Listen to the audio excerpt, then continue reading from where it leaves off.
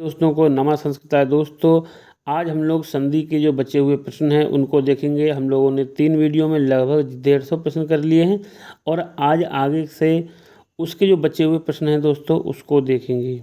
तो दोस्तों हमारा वीडियो 3 का अंतिम प्रश्न था, वो ये था कि इच्छुत संधि का उदाहरण कौन सा।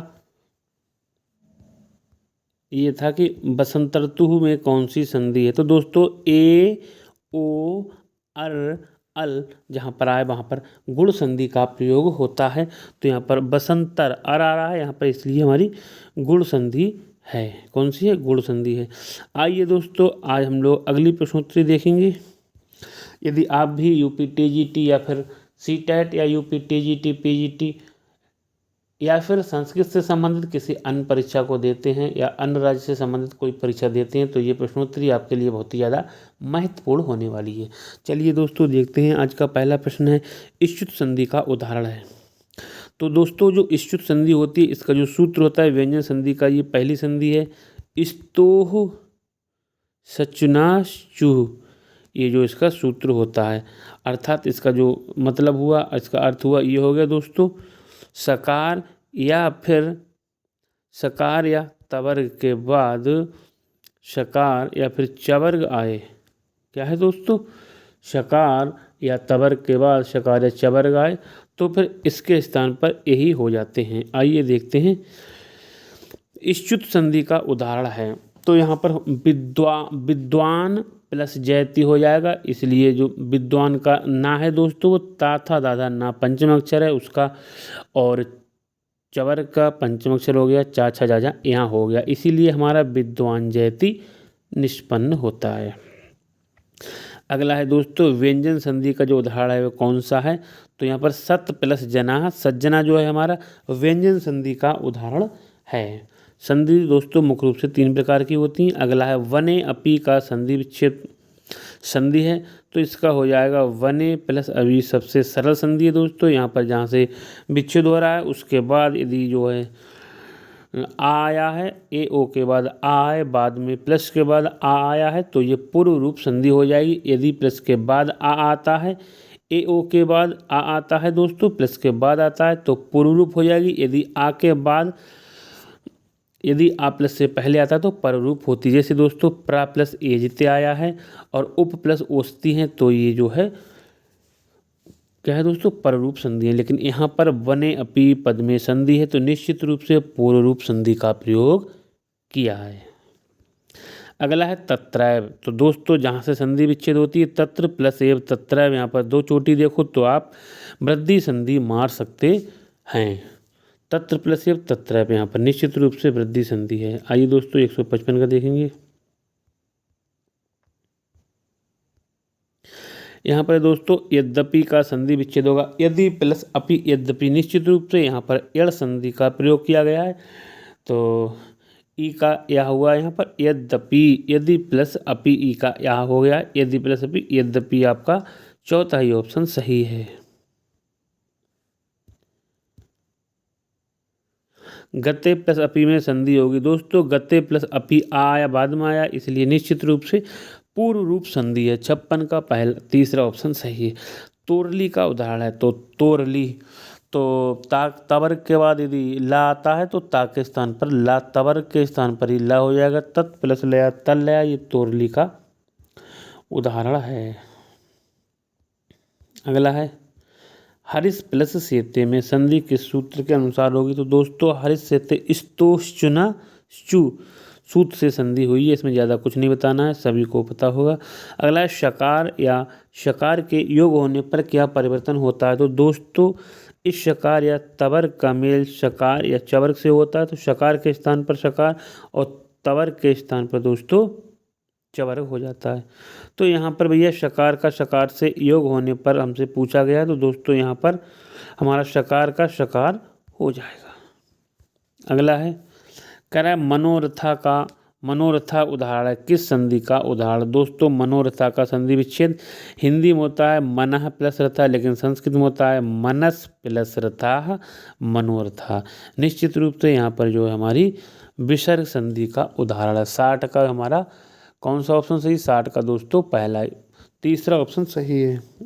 अगला भैया महर्षि, तो अर आया है दोस्तों, आर आता तो वृद्धि और अर आया तो गुण, गुण का उल्टा वृद्धि होता है। ए ओ अर अल के बाद ए ओ अर अल आता है तो वो संधि हमारी गुण संधि होती है। महर अर आया है, निश्चित रूप से गुण संधि है।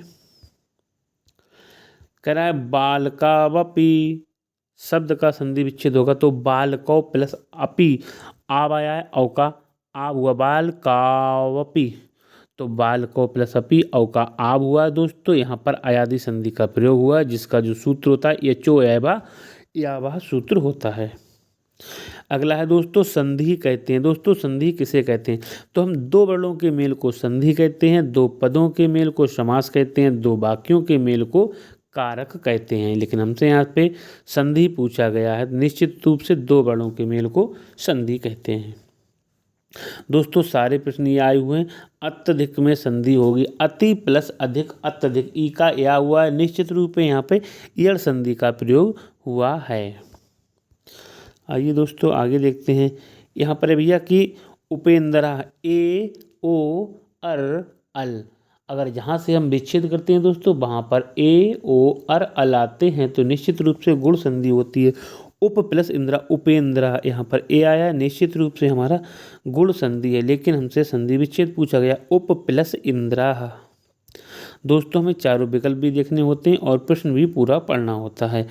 तल लया का संधि विग्रह होगा तो तत् प्लस लया, तल लया ये आ भी चुका है, तोरली सूत्र है, तवर के बाद ला आता है दोस्तों, ता के स्थान पर ला हो जाएगा, तत् प्लस लया तल लया। अगला पहले मनोरथा में संधि पूछी थी, विसर्ग संधि थी, यहाँ पर पूछा मनोरथा का संधि विच्छेद होगा तो मनस प्लस रथा। लेकिन यदि हम हिंदी में देखते तो मनः प्लस रथा, लेकिन संस्कृत में मनस प्लस रथा, मनोरथा। 67 का हमारा तीसरा ऑप्शन सही है। अगला देखते हैं दोस्तों, यहाँ पर पूछी गई है कि अच संधि है। दोस्तों यहाँ पर पूछा गया है कि अच संधि है, तो दोस्तों अच को हम स्वर कहते हैं और हल को व्यंजन कहते हैं। तो अच जो हमारा प्रत्याहार है उसमें अच जो प्रत्याहार होता है उसमें सभी स्वर आते हैं दोस्तों, और जो हल प्रत्याहार होता है उसमें सभी व्यंजन आते हैं। लेकिन यहाँ पर आ और यहाँ पर हा ला, यदि अल प्रत्याहार बना देंगे तो अल का मतलब है आल, इंग्लिश में कहते हैं आल, तो अल का मतलब है सभी स्वर और सभी व्यंजन। लेकिन यहाँ पे हमसे पूछा गया दोस्तों अच संधि किसे कहते हैं, तो स्वर संधि को अच भी कहते हैं। अगला है व्याकरण से संबंधित संधि कौन सी नहीं है, तो व्याकरण में मुख्य रूप से 3 ही संधि हैं, स्वर, विसर्ग और व्यंजन। लेकिन यहाँ पर मुख्य संधि व्याकरण की नहीं है दोस्तों, ये साहित्य में प्रयोग की जाती है। अगला है सच्चरितम पद का संधि विच्छेद होगा तो यह सत प्लस चरितम, सत प्लस चरितम सच्चरितम, तो 70 का है दोस्तों, दूसरा ऑप्शन सही है। सारे प्रश्न आए हुए हैं। अगले देखते हम दोस्तों यहाँ पर हम देखते हैं संधि प्रकरण से पृष्ठभ प्रश्न। ये भी प्रश्न जो है बहुत ही ज़्यादा अच्छे हैं। देखते हैं, कह रहा है अनुनासिक संधि जो करने वाला सूत्र कौन सा है।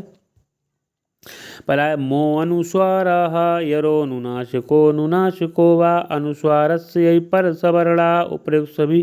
तो दोस्तों यहाँ पर पूछा, कह रहा है अनुनासिक संधि करने वाला सूत्र है वो कौन सा है, तो जो अनुनासिक संधि करता है दोस्तों वो यरोनुनासिके, यरोनुनासिके अनुनासिको वा, दूसरा ऑप्शन सही है। आगे भैया कह रहा है अनुनासिक वर्ण यदि बाद में आए, कह रहा है अनुनासिक वर्ण यदि बाद में आए तो पदांत यर वर्णों के स्थान पर अनुनासिक आदेश होता है। कैसे होता है, विकल्प से होता है या फिर नित्य होता है। तो अनुनासिक वर्ण यदि बाद में आए तो पदांत यर वर्णों के स्थान पर विकल्प से अनुनासिक होता है भैया। 73 का है, यहाँ पर है दोस्तों कि अनुनासिक होने का क्या अर्थ। अनुनासिक होने का अर्थ है उसी वर्ग का पंचमाक्षर हो जाना।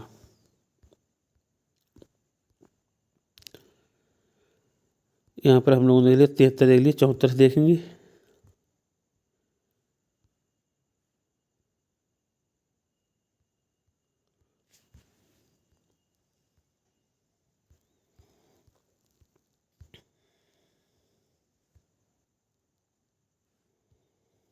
यहाँ पे दोस्तों अनुनासिक संधि का जो उदाहरण है कौन सा, अनुनासिक संधि का उदाहरण कौन सा नहीं है, तो यहाँ पर दोस्तों प्राक प्लस मुखा।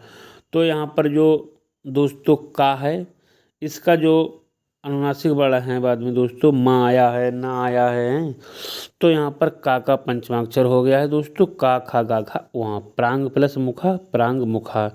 और ऐसे ही दूसरा है सट प्लस मुखा, टा ठा डा ठा अड़ा हो गया है, क्षण मुखा, क्षणमुखा हो जाएगा। षट प्लस माता माशा, क्षणमाशा, क्षणमाशा हो जाएगा। दिक प्लस नागा, दिंग नागा हो जाएगा। लेकिन दोस्तों जो अंतिम प्रश्न है जगत प्लस ईसा, जगदीशा, ये जो अनुनासिक संधि का उदाहरण नहीं है। अगला दोस्तों एतत्, एतन मुरारी ही का संधि विच्छेद होगा।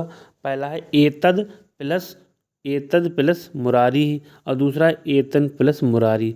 तो दोस्तों यहाँ पर दोनों रूप बनते हैं, हमारा सी सही है, एतन मुरारी भी सही है, एतद मुरारी भी सही है।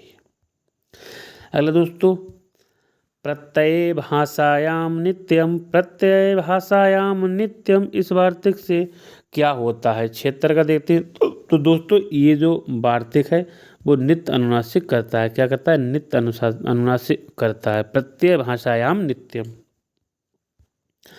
आगे देखेंगे, कह रहा है प्रत्यय भाषायाम नित्यम का जो उदाहरण कौन सा नहीं है, 170 का देखते हैं। देखो दोस्तों तत् प्लस मात्रम, तो यहाँ पर ता का पंचमाक्षर ता था दा ना तन्मात्रम हो गया है। चित प्लस मयम, तो ता था दा धा ना चिन्मयम हो गया है। बाक प्लस मयम, का खा गा गा वहाँ बागमयम हो गया है। लेकिन बाक प्लस ईशा, बागीशा तृतीय बढ़ हुआ है, यही हमारा प्रत्यय भाषायाम नित्यम का उदाहरण नहीं है। अगला दोस्तों ये भी बहुत महत्वपूर्ण है, सत्व विधायक संधि। भैया सत्व विधायक संधि कौन सी है, तो विसर्जनीयस्य सा, विसर्जनीयस्य सा, ये विसर्ग के स्थान पर सा करता है, ये सत्व विधायक है, सा करता है इसलिए सत्व विधायक है। अगला दोस्तों यदि विसर्ग के आगे कोई खर प्रत्याहार का वर्ण आए, क्या है दोस्तों, कह रहा है विसर्ग के आगे यदि कोई खर प्रत्याहार का वर्ण आए तो विसर्ग के स्थान पर क्या आदेश होता है, तो 179 का है दोस्तों। तो यहाँ का जो राइट आंसर हो जाएगा वो विसर्ग का शा हो जाएगा। यदि विसर्ग के आगे कोई खर प्रत्याहार का वर्ण है, विसर्ग के आगे कोई खर प्रत्याहार का वर्ण है तो विसर्ग का दोस्तों सा हो जाएगा, दूसरा सही है। आगे देखते हैं, यहाँ पर है विसर्जनीयस्य सह, सूत्र का जो उदाहरण कौन सा, विसर्जनीयस्य सह सूत्र का उदाहरण नहीं है, विसर्जनीयस्य सह सूत्र का उदाहरण नहीं है भैया, तो कौन सा नहीं है, कह रहा है रामः प्लस चलती, रामः प्लस चलती, तो रामस चलती है, विसर्ग का सा हुआ है। निह प्लस चला, निश्चला विसर्ग का सा हुआ है। का प्रश्चित, कश्चित विसर्ग का सा हुआ है। और निह प्लस छलम, निश्चलम विसर्ग का सा हुआ है। और रामान प्लस सेते, रामान सेते, यहाँ पर कुछ नहीं हुआ। तो दोस्तों यहाँ पर विसर्जनीय सा सूत्र का उदाहरण जो अंतिम वाला है ये नहीं है, यही हमारा आंसर है।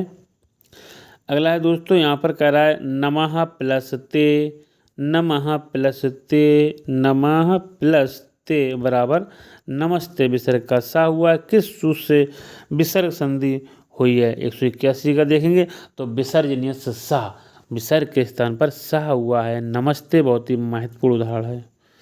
अगला है दोस्तों विसर्जनीय सा सूत्र, विसर्जनीय सा जो सूत्र है कब लागू होता है, विसर्जनीय सा कब लागू होता है, तो 82 का देखेंगे। अभी हमने पढ़ा है खर प्रत्याहारवाद में आने पर विसर्ग के बाद खर प्रत्याहार आते हैं तो विसर्ग के स्थान पर सा हो जाता है, विसर्जनीय सा।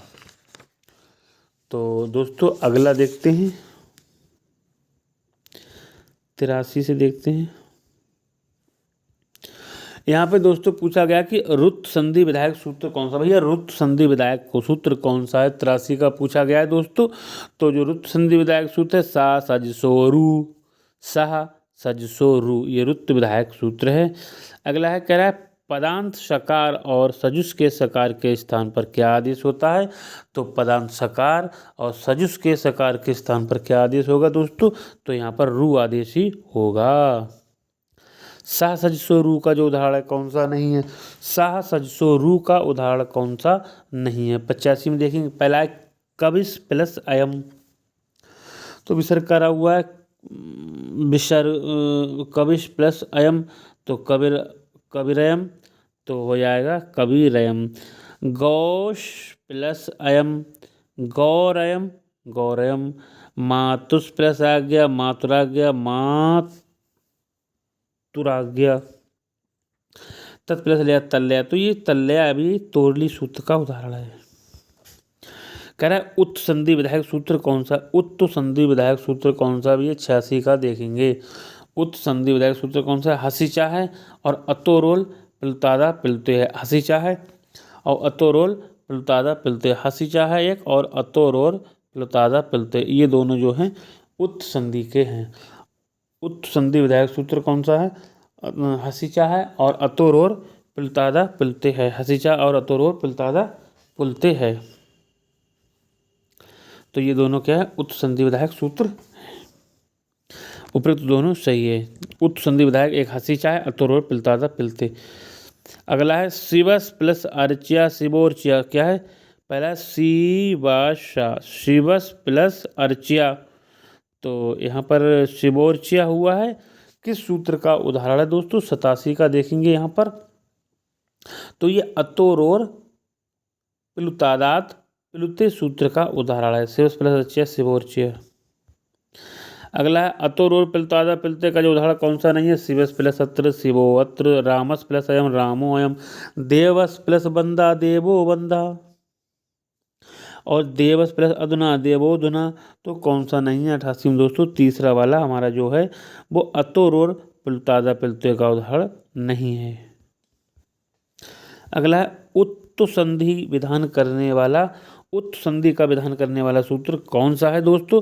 तो 89 का यहाँ पर देखेंगे, तो ये जो हसीचा सा सूत्र यहाँ दिया हुआ है वही उत्त संधि का जो है विधान करने वाला सूत्र है। आगे देखेंगे दोस्तों, यहाँ पर है यदि रू के पूर्व इधर ह्रस्व आकार हो और बाद में यहाँ पर ह्रस्व आकार हो और बाद में हस प्रत्याहार के वर्ण आए, तो रू के स्थान पर क्या आदेश होता है दोस्तों? 90 का देखिए, तो रू के स्थान पर ये उ आदेश ही होता है। कौन सा आदेश होता है? उ आदेश होता है। अगला देखेंगे, कह रहा हसीचा सूत्र का जो उदाहरण कौन सा नहीं है? तो पहला है शिवस प्लस वंदा शिवो वंदा, मनस प्लस रथा मनोरथा, रामस प्लस रम नमति रामो नमति, सस प्लस अवदत्त सोवदत्त, तो यहाँ पर 191 का दोस्तों चौथा ऑप्शन जो है वो हसीचा सूत्र का उदाहरण नहीं है। अगला है 92 का देखेंगे दोस्तों। सारे प्रश्न बहुत ही ज़्यादा महत्वपूर्ण है। यहाँ पर निम्नलिखित में से कौन विसर्ग संधि नहीं है? सो अपि रामो अस्ति को अयम मृगोधावती बालको हसति पुनारम ते शंभुराज ते नीरसा हरि ये तो गंगे अमु विष्णो अमु, तो ये दोस्तों अंतिम वाला है, ये है हमारा विसर्ग संधि का नहीं है। रालोप संधि विधायक सूत्र कौन सा? रालोप संधि विधायक सूत्र कौन सा भी है? तो यहाँ पर 193 का हम देखेंगे, तो रालोप जो संधि विधायक सूत्र होता है वो हमारा रोरी होता है भैया। रोरी से पूर्व रा का लोप हो जाता है और जो विश्वर होता है वो दीर्घ हो जाता है। रोरी से पूर्व रा का ही लोप होता है दोस्तों, लेकिन ढलोपे पूर्व से दीर्घ वाला से जो पूर्व स्वर होता है वो दीर्घ हो जाता है यहाँ पर, तो रोरी से रा का लोप होता है। अगला है भैया रा के बाद रा है तो पूर्व रा का क्या हो जाएगा? रा के बाद रा है तो भैया पूर्व रा का लोप हो जाएगा। क्या हो जाएगा? पहले वाले रा का हम लोप कर देते हैं, उससे पहले संधि होती है वो ढलोपे पूर्व से दीर्घ वाला से दीर्घ कर देते हैं। अगला देखेंगे, यहाँ पर रोरी सूत्र का उदाहरण, यह रोरी सूत्र का उदाहरण है।